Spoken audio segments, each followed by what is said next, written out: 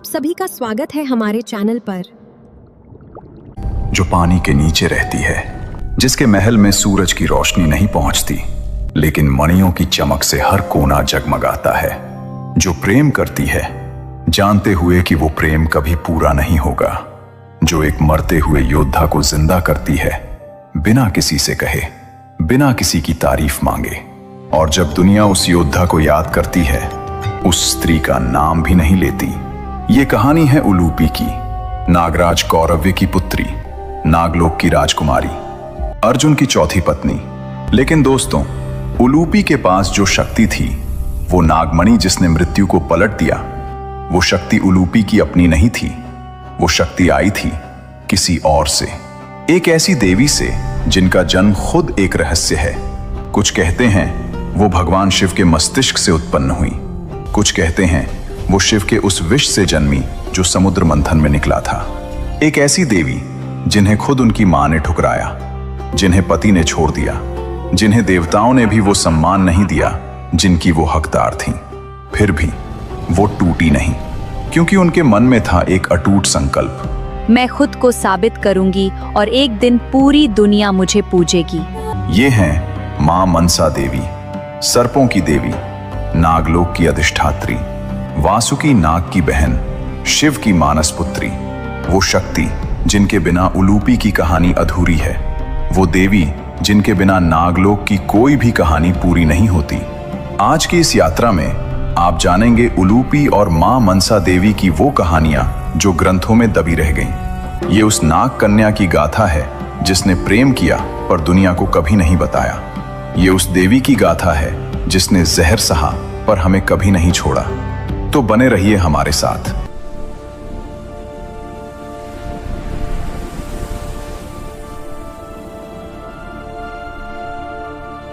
दोस्तों, पहले समझते हैं ये नागलोक आखिर है क्या। हमारे पुराणों में 3 लोकों का जिक्र है, स्वर्गलोक, मृत्युलोक और पाताल लोक। लेकिन पाताल लोक अकेला नहीं है, उसके अंदर हैं 7 अलग अलग लोक। अतल, वितल, सुतल, तलातल, महातल, रसातल और पाताल।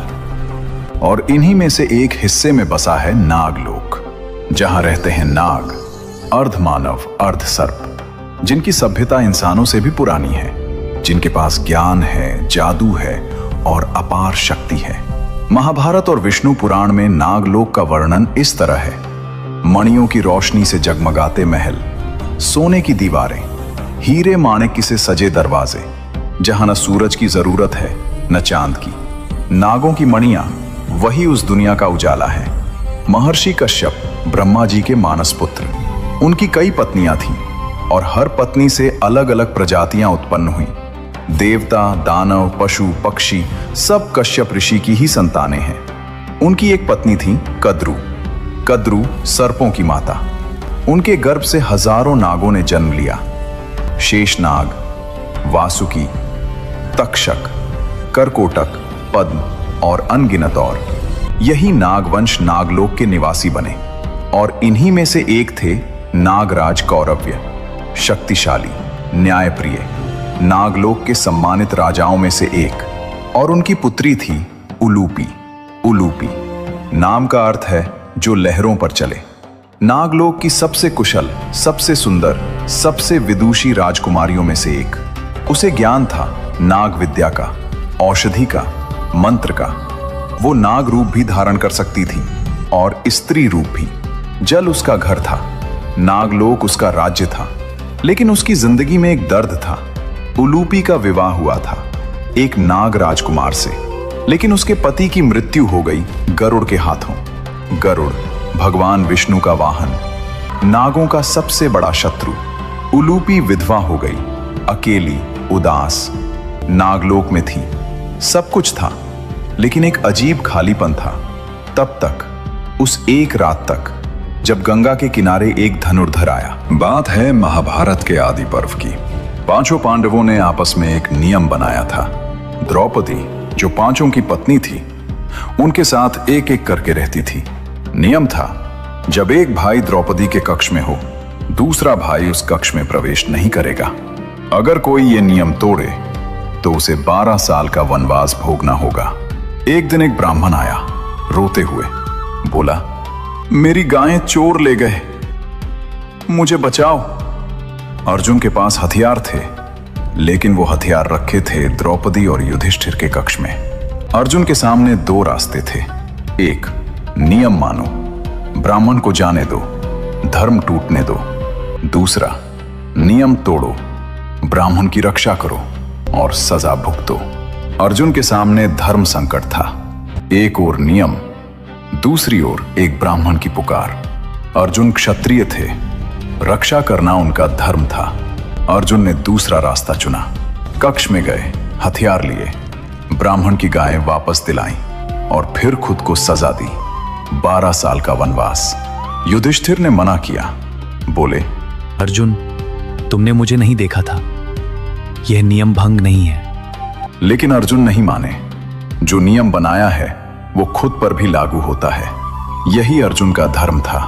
और इसी वनवास में शुरू हुई उलूपी की कहानी। 12 साल अकेले तीर्थ यात्रा करते हुए अर्जुन देश देश घूमे, मंदिर गए, नदियों में डुबकी लगाई। एक रात हरिद्वार के पास गंगा के किनारे अर्जुन रुके। रात का समय था, चांद था, नदी बह रही थी। अर्जुन ने सोचा, स्नान करते हैं। वो पानी में उतरे। ठंडा पानी, शांत रात, और तभी किसी ने उनका पैर पकड़ लिया। अर्जुन ने नीचे देखा, कुछ नहीं दिखा, लेकिन खिंचाव था जोरदार। वो नीचे जाने लगे। 1 फुट, 2 फुट, 5 फुट, 10 फुट। डर नहीं, क्योंकि जैसे जैसे वो नीचे गए अंधेरा नहीं हुआ, बल्कि रोशनी आती गई। मणियों की चमक, फूलों की खुशबू, सोने के स्तंभ, हीरे जड़ी दीवारें। ये था नागलोक। अर्जुन हैरान था, चारों ओर देख रहा था। और तभी उसके सामने आई एक स्त्री। असाधारण सुंदरता, शांत आंखें, लेकिन उन आंखों में एक गहरी तड़प। ये थी उलूपी। वो देर तक खड़ी रही, बस देखती रही, और फिर धीरे से बोली, अर्जुन, मैं उलूपी हूँ, नागराज कौरव्य की पुत्री। मैं आपको बहुत पहले से जानती हूँ। जब से आपने खांडोप्रस्थ की भूमि बसाई, जब से आपको इंद्र ने दिव्यास्त्र दिए, मैं आपको देखती आई हूँ और मेरा मन आप पर आ गया है। अर्जुन ने उसे देखा, एक विधवा राजकुमारी, अकेली, जिसने न किसी से कुछ मांगा था, न किसी को धोखा दिया था। अर्जुन ने तुरंत हाँ नहीं की। वो धर्म के पुजारी थे, नियमों के पक्के। उन्होंने कहा, मैं वनवास में हूं, व्रत में हूं, मैं किसी से विवाह नहीं कर सकता। उलूपी आगे बोली, मैं जानती हूँ तुम्हारा व्रत द्रौपदी से जुड़े नियम के कारण है। वो नियम यह नहीं कहता कि तुम किसी भी स्त्री से विवाह नहीं कर सकते। लेकिन अर्जुन, मैं एक विधवा हूँ। धर्मशास्त्र कहते हैं, एक विधवा की पुकार को अनसुना करना महापाप है। क्या आप मुझे निराश करेंगे? अर्जुन के मन में एक उलझन थी। एक तरफ था उनका व्रत, उनका वनवास, दूसरी तरफ थी एक विधवा स्त्री की विनती, एक भावनाओं से भरी पुकार। लेकिन ऋषियों ने भी यही कहा था, एक विधवा की अनदेखी करना धर्म के विरुद्ध है। अर्जुन ने उलूपी की आंखों में देखा। उन आंखों में मांग नहीं थी, शर्त नहीं थी, बस एक सरल निस्वार्थ भाव था। और अर्जुन ने कहा, हाँ। उस रात अर्जुन नागलोक में रहे, उलूपी के साथ। कोई भव्य विवाह नहीं, कोई ढोल नगारे नहीं, बस 2 आत्माओं का एक दूसरे के करीब होना। और सुबह जब सूरज ऊपर उग रहा था, उलूपी ने अर्जुन को विदा करते हुए एक वरदान दिया। अर्जुन, आज से जल के सभी जीव, मछली, मगरमच्छ, सर्प, कोई भी आपको नुकसान नहीं पहुंचा सकेगा। जल में आप सदा अजय रहेंगे। अर्जुन मुड़े। पानी के नीचे उलूपी की परछाई धीरे धीरे मिटती जा रही थी। एक रात, एक मुलाकात, एक प्रेम जो पूरा नहीं हो सकता था, लेकिन जो कभी खत्म भी नहीं हुआ। दोस्तों, उस एक रात के बाद उलूपी के गर्भ से एक पुत्र का जन्म हुआ। उसका नाम रखा गया इरावन। इरावन, अर्जुन और उलूपी का पुत्र। इरावान के भीतर नागवंश का रक्त भी था और पांडवों का तेज भी। वो वीर था, निडर था, अपने पिता की तरह, जो नागलोक में पला, जिसमें पिता का वीरत्व था और मां का नागबल। जहां एक मां का सबसे बड़ा दर्द सामने आता है। वर्षों बीत गए, इरावान बड़ा हो गया, कुरुक्षेत्र का युद्ध शुरू हो गया। शंख ध्वनि हुई, धरती कांपी, करोड़ों सैनिक मैदान में उतरे और उनमें था इरावान, नाग कन्या उलूपी का पुत्र, पांडवों की तरफ से लड़ने वाला, अपने पिता अर्जुन के साथ रणभूमि में। इरावान वीर था। उसने अकेले कौरवों की सेना के बड़े बड़े योद्धाओं से लोहा लिया। रणभूमि में उसका तेज देखकर दुश्मन भी चौंकते थे। लेकिन युद्ध में सब कुछ हमेशा अच्छा नहीं होता और एक दिन इरावान वीर गति को प्राप्त हुआ।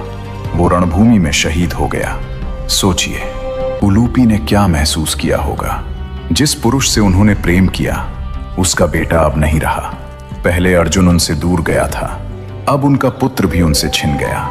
उलूपी सिर्फ प्रेमिका नहीं थी, वो मां भी थी, और मां का दर्द किसी दूसरे दर्द से बड़ा होता है। उलूपी टूट गई होंगी, लेकिन बिखरी नहीं। वो उलूपी जो अर्जुन के जाने के बाद भी उन्हें भूली नहीं, जो नागलोक में बैठकर मृत्युलोक की खबरें सुनती रही, जो तब तक चुप रही जब तक जरूरत नहीं पड़ी, और जब जरूरत पड़ी तो वो आई चुपचाप, बिना बुलाए। महाभारत का युद्ध खत्म हो गया था। 18 दिन का वो महायुद्ध जिसने पूरे आर्यावर्त को बदल दिया। लाखों योद्धा मारे गए, कुरुवंश लगभग खत्म हो गया। पांडव जीते, युधिष्ठिर राजा बने, लेकिन जीत के साथ आया था एक बोझ, एक शाप का बोझ। वासुओं ने, अष्टवसुओं ने एक बार अर्जुन को शाप दिया था, क्योंकि अर्जुन ने युद्ध में वीर बब्रू का वध किया था, जो एक देवता का अंश था। उस शाप के अनुसार एक दिन अर्जुन का वध उसके अपने वंश से होगा। अर्जुन को यह बात पता थी, लेकिन वो नहीं जानते थे वो दिन कब आएगा और कहां से आएगा। लेकिन उलूपी को भी पता थी, और उलूपी को यह भी पता था इस शाप से मुक्ति कैसे मिलेगी। कहा जाता है नागवंश को ज्ञान की शक्ति मिली हुई थी, भूत, भविष्य, वर्तमान तीनों जानने की। उलूपी ने जाना इस शाप से मुक्ति का एक ही रास्ता है, अर्जुन को उसके अपने पुत्र के हाथों पराजित होना होगा, यानी बभ्रुवाहन के हाथों। बभ्रुवाहन जो चित्रांगदा और अर्जुन का पुत्र था, मणिपुर का राजा। उलूपी के मन में योजना बनी और उन्होंने अपना काम चुपचाप शुरू किया। दोस्तों, अर्जुन की एक और पत्नी थी, चित्रांगदा, मणिपुर की राजकुमारी। अर्जुन वनवास के दौरान मणिपुर भी गए थे। वहां चित्रांगदा से विवाह हुआ। उनका एक पुत्र हुआ, बभ्रुवाहन।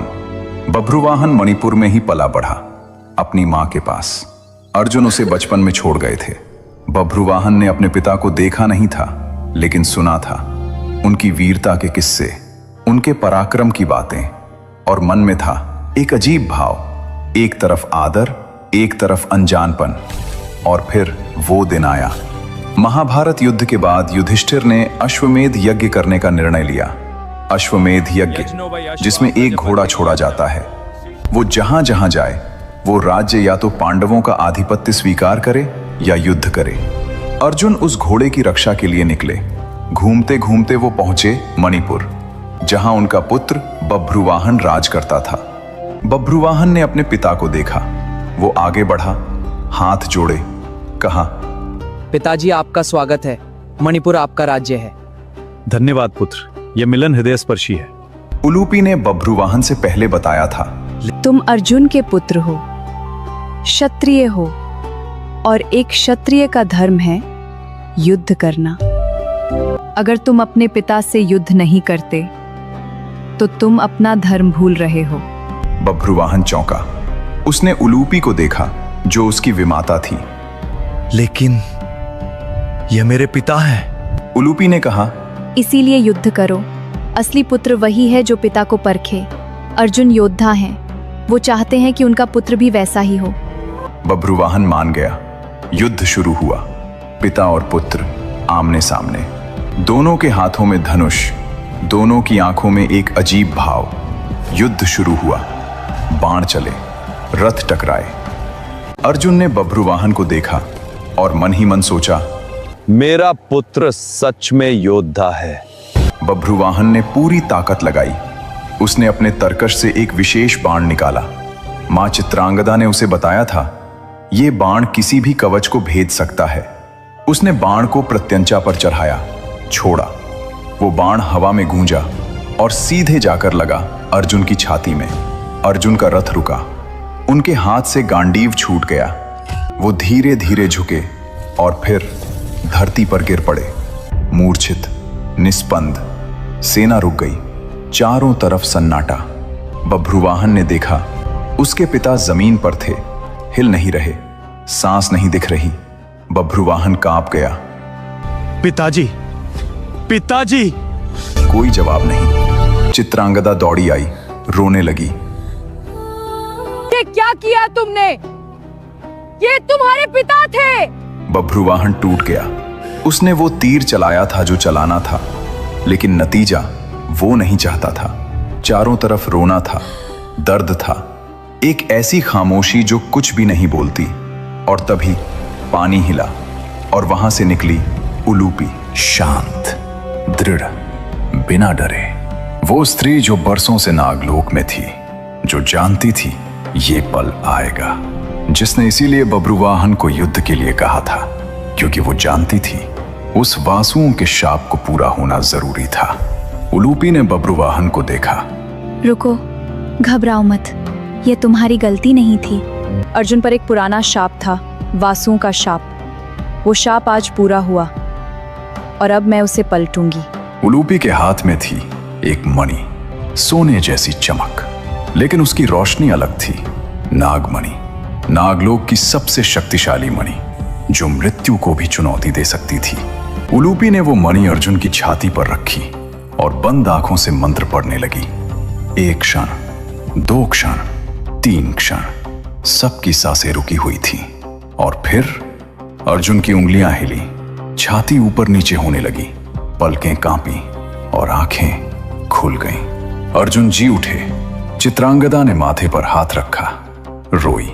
बभ्रुवाहन ने पिता के पैर थामे और उलूपी ने बस देखा, मुस्कुराई और पीछे हट गई। कोई नाटक नहीं, कोई दिखावा नहीं, जो करना था किया, चली गई। यही थी उलूपी, जो बरसों से चुपचाप प्रेम करती रही, जिसने कभी नहीं कहा याद रखना मुझे, जो बस थी हमेशा।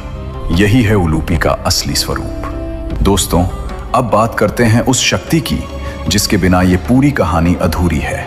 मां मनसा देवी, सर्पों की देवी, नागलोक की अधिष्ठात्री, जहर को अमृत में बदलने वाली, जिनके भक्त आज भी लाखों में हैं, जिनका मंदिर हरिद्वार की शिवालिक पहाड़ियों पर है, जिनके दरबार में हर साल करोड़ों लोग आते हैं। लेकिन मां मनसा देवी हैं कौन, कहां से आई और उनकी जिंदगी कैसी थी? ये कहानी उतनी सरल नहीं जितनी लगती है। देवी भागवत पुराण और मनसा मंगल काव्य, दोनों में मां मनसा देवी की कहानी मिलती है। एक मान्यता के अनुसार महर्षि कश्यप और उनकी पत्नी कद्रू की पुत्री हैं मां मनसा, यानी वो नागवंश से हैं, वासुकी की बहन। लेकिन एक और गहरी कथा है। जब समुद्र मंथन हुआ और हलाहल विष निकला और भगवान शिव ने वो विष पिया, तो उस विष की जलन से शिव जी का पूरा शरीर जल रहा था। उस पीड़ा में शिव के मानस से एक शक्ति उत्पन्न हुई, एक कन्या जो जहर को जानती थी, जो विष को समझती थी, जो नागों की भाषा बोलती थी। उस कन्या ने शिव जी के शरीर का सारा विष खींच लिया, उन्हें राहत दी और शिव जी ने कहा, यह मेरी मानस पुत्री है। मस्तक यानी मन से उत्पन्न होने के कारण नाम पड़ा मानसा, मां मनसा देवी। लेकिन दोस्तों, मां मनसा देवी की जिंदगी बहुत कठिन थी। ये जानकर आप चौंकेंगे, जो देवी आज लाखों लोगों की पूजा पाती हैं, उन्हें खुद बहुत संघर्ष करना पड़ा। एक दिन भगवान शिव मां मनसा को कैलाश ले गए। मां पार्वती ने उन्हें देखा और मन में शक आया। यह कौन स्त्री है जो शिव के साथ आई है? जब पता चला कि यह शिव की पुत्री है, तो भी पार्वती के मन में द्वेष रहा। क्रोध में एक दिन पार्वती जी ने मां मनसा की एक आंख जला दी। हाँ दोस्तों, एक देवी को उनकी ही मां ने जला दिया। इसीलिए मां मनसा देवी को एक नयनी भी कहा जाता है। यानी एक आंख वाली। जिस घर में रहना था उसी घर में इतना दर्द। लेकिन मां मनसा रुकी नहीं, आगे बढ़ी और एक दिन उनका विवाह हुआ ऋषि जरत्कारु से। लेकिन यहां भी कठिनाई थी। ऋषि जरत्कारु ने विवाह के लिए एक अजीब शर्त रखी। मेरी पत्नी का नाम भी मेरे जैसा होना चाहिए, जरत्कारु। जरत्कारु का अर्थ होता है जिसका शरीर तपस्या से क्षीण हो गया हो। संयोग से मां मनसा का एक नाम जरत्कारु भी था और इसीलिए विवाह संभव हुआ। लेकिन ऋषि जरत्कारु बहुत कठोर स्वभाव के थे। एक दिन की बात है, ऋषि जरत्कारु सो रहे थे। संध्या का समय था, पूजा का समय निकला जा रहा था। मां मनसा ने सोचा, धर्म की रक्षा के लिए उन्हें जगाना जरूरी है। उन्होंने ऋषि को धीरे से जगाया, बस इतनी सी बात। और ऋषि जरत्कारु इतने क्रोधित हुए कि उन्होंने मां मनसा को त्याग दिया और वन चले गए। दोस्तों, उस समय मां मनसा गर्भवती थी। एक मां बनने वाली स्त्री अकेली छोड़ दी गई, न घर, न पति, न सम्मान। मां पार्वती ने पहले ही ठुकरा दिया था। देवताओं ने भी वो सम्मान नहीं दिया जिनकी वो हकदार थीं। पूजी नहीं जाती थीं। दुनिया ने हर तरफ से दरवाजे बंद कर दिए। लेकिन मां मनसा ने एक बात तय की। अगर देवलोक ने नहीं माना तो मैं मृत्युलोक में अपनी पूजा स्थापित करूंगी। अगर परिवार ने नहीं माना तो भक्त मानेंगे। मैं हार नहीं मानूंगी। यही था मां मनसा का स्वाभिमान। एक स्त्री जिसे परिवार ने, समाज ने, देवताओं ने, सबने ठुकराया, लेकिन वो अपनी शक्ति से पूरे ब्रह्मांड में पूजनीय बन गई। और यहीं से शुरू होती है चांद सदागर की कथा। बंगाल में एक धनी व्यापारी था, चांद सदागर। बहुत अमीर, बहुत घमंडी और भगवान शिव का परम भक्त। उसने ठान लिया था वो सिर्फ शिव की पूजा करेगा, किसी और देवी देवता की नहीं। मां मनसा देवी ने उसे कई बार इशारा दिया, सपने में आई, उनके भक्तों ने समझाया, लेकिन चांद सदागर ने हर बार मना कर दिया। मैं सिर्फ महादेव का भक्त हूं, किसी नागिन की पूजा नहीं करूंगा। मां मनसा को दर्द हुआ, लेकिन उन्होंने सोचा, ठीक है, परीक्षा होगी। मां मनसा ने अपने नागों को भेजा। चांद सदागर के एक व्यापारी दल को समुद्र में तूफान ने डुबो दिया। सब कुछ चला गया। चांद सदागर के 6 बेटे थे। एक एक करके नाग ने डसा और वो चले गए। चांद सदागर टूटता रहा, लेकिन झुका नहीं। फिर भी मनसा की पूजा नहीं करूंगा। और फिर आया उसका 7वां बेटा लखिंदर। लखिंदर की शादी तय हुई। दुल्हन थी बेहुला, एक सुंदर साहसी प्रेमी लड़की। शादी से पहले जब ज्योतिषियों ने देखा, बोले, लखिंदर की शादी की रात खतरे में है। चांद सदागर ने एक लोहे का कमरा बनवाया। हर दरार बंद, हर छेद बंद, कोई नाग प्रवेश न कर सके। शादी हुई। लखिंदर और बेहुला नए कमरे में गए। रात हुई और तभी एक सूक्ष्म दरार से मां मनसा के एक नाग ने प्रवेश किया। लखिंदर को डसा और लखिंदर मर गया। बेहुला रोई, लेकिन रोते रोते एक बात तय कर ली, मैं हार नहीं मानूंगी।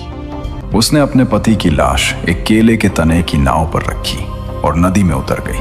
अकेली। महीनों बही, कभी भूख लगी, कभी प्यास, कभी डर, लेकिन वो रुकी नहीं। लोगों ने उसे देखा, कुछ ने मदद की, कुछ ने रोका, लेकिन वो आगे बढ़ती रही। अब आप सोच रहे होंगे, बेहुला सीधे मां मनसा देवी के पास क्यों नहीं गई? उन्हीं ने तो लखिंदर के प्राण लिए थे। लेकिन दोस्तों, बेहुला चतुर थी। वो जानती थी मां मनसा और उसके ससुर चांद सदागर के बीच सालों से दुश्मनी थी। चांद सदागर का घमंड अभी टूटा नहीं था। अगर वो सीधे मां मनसा के पास जाती तो मां मनसा कहती, पहले तुम्हारे ससुर झुके, तब बात होगी। और न्याय वहीं रुक जाता। इसीलिए बेहुला ने एक और रास्ता चुना। वो सीधे स्वर्गलोक गई, जहां इंद्र थे, जहां शिव थे, जहां सारे बड़े देवता थे। वहां उसने देवताओं के सामने नृत्य किया। ऐसा नृत्य जिसमें दर्द था, प्रेम था, हठ था। देवता मुग्ध हो गए। उन्होंने बेहुला की पूरी कहानी सुनी। महीनों लाश के साथ बही, अकेली, बिना रुके, सिर्फ प्रेम के लिए। देवताओं का दिल पिघल गया। बोले, मांगो जो चाहो। बेहुला ने कहा, मुझे मेरे पति की जिंदगी चाहिए, और सिर्फ मेरे पति की नहीं, चांद सदागर के 7 पुत्रों की जिंदगी चाहिए। देवताओं ने एक दूसरे को देखा। फिर उन्होंने मां मनसा देवी को बुलाया और कहा, मनसा देवी, स्त्री ने जो त्याग किया है इसका न्याय होना चाहिए। लखिंदर और चांद सदागर के 7 पुत्रों को जीवित करो। अब मां मनसा के सामने पूरा स्वर्ग था। इंद्र थे, शिव थे, सारे देवता गवाह थे। ये सिर्फ मांगने की बात नहीं थी, ये स्वर्ग की सभा में न्याय था। मां मनसा मना नहीं कर सकती थी, लेकिन दोस्तों, मां मनसा ने मना करना चाहा भी नहीं, क्योंकि बेहुला को देखकर उनकी अपनी कहानी याद आ गई। वो भी तो ऐसे ही ठुकराई गई थी, वो भी तो अकेली लड़ी थी, वो भी तो हार नहीं मानी थी।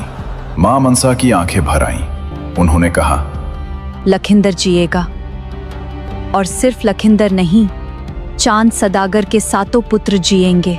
और वो जी उठे, 7। स्वर्ग की सभा में सबके सामने ये न्याय हुआ। अब पूरी दुनिया जान गई बेहुला सती है और मां मनसा देवी एक शक्तिशाली पूजनीय देवी है। चांद सदागर के घर में उत्सव हो गया, और चांद सदागर, जो कभी झुकने को तैयार नहीं था, आज उसने मां मनसा देवी के सामने घुटने टेके। मां, मैंने गलती की, आप मेरी देवी हैं। और मां मनसा देवी ने चांद सदागर को आशीर्वाद दिया, दुश्मन को भी माफ कर दिया। यही है मां मनसा। वो दंड देती हैं लेकिन नाश नहीं करती। वो जहर देती हैं और अमृत भी वही देती हैं। दोस्तों, अब वो सवाल जो आप सोच रहे होंगे, उलूपी और मां मनसा देवी का क्या रिश्ता है? ये रिश्ता बहुत गहरा है। एक कथा के अनुसार मां मनसा देवी नागराज वासुकी की बहन है, और वासुकी उसी नागलोक के राजाओं में से एक हैं जहां उलूपी रहती थी। यानी मां मनसा और उलूपी एक ही नागलोक परिवार का हिस्सा है। मां मनसा सर्पों और नागों की अधिष्ठात्री देवी, यानी हर नाग कन्या उन्हीं की शक्ति के अधीन है। उलूपी की वो नागमणि जिससे अर्जुन जीवित हुआ, वो शक्ति मां मनसा की ही देन थी। जो ज्ञान उलूपी के पास था वो नागलोक का ज्ञान था, और नागलोक का ज्ञान मां मनसा ने ही दिया था। दोस्तों, इस पूरी कहानी में एक बात बार बार दिखती है। उलूपी ने प्रेम किया बिना शर्त के। मां मनसा ने दर्द सहा लेकिन टूटी नहीं। बेहुला ने मृत्यु से लड़ी अकेले। चांद सदागर ने देर से सही, सच माना। ये सब हमें एक ही बात सिखाते हैं, जो सच्चे मन से मांगे उसे मिलता जरूर है, जो सच्चे मन से दे उसे याद किया जाता जरूर है। अगर इस कहानी ने आपके मन को छुआ हो तो लाइक जरूर करें, कमेंट में लिखें जय मां मनसा, और बताएं उलूपी की कौन सी बात आपको सबसे ज्यादा पसंद आई। चैनल को सब्सक्राइब करें, बेल आइकन दबाएं ताकि कोई कहानी छूटे नहीं।